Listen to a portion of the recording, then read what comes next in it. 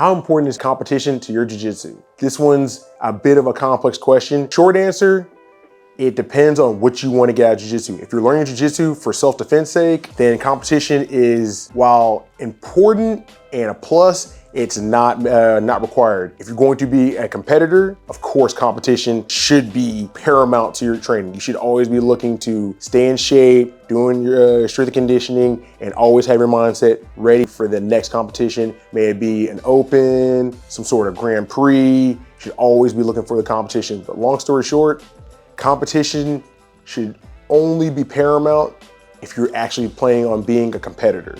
If you're learning jiu-jitsu for self-defense sake, it is not something that needs to be the biggest thing on your plate.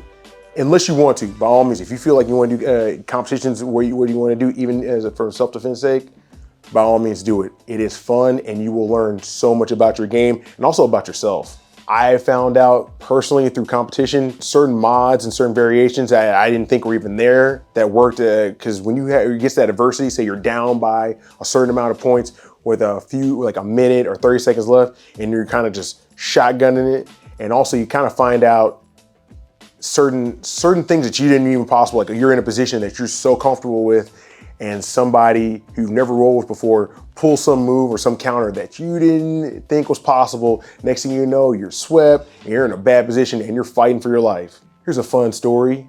About a year ago, I was in the Phoenix Open in the Absolute, and I just opened up the guy's guard and I wrapped my legs around trying to get a nice guard pass.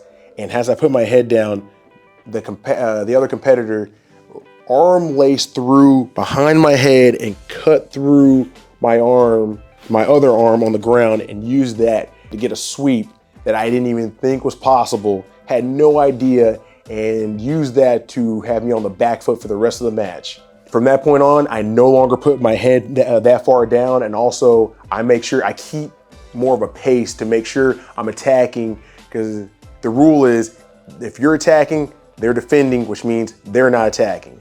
Don't think that you need to be a great competitor to be great at jiu-jitsu.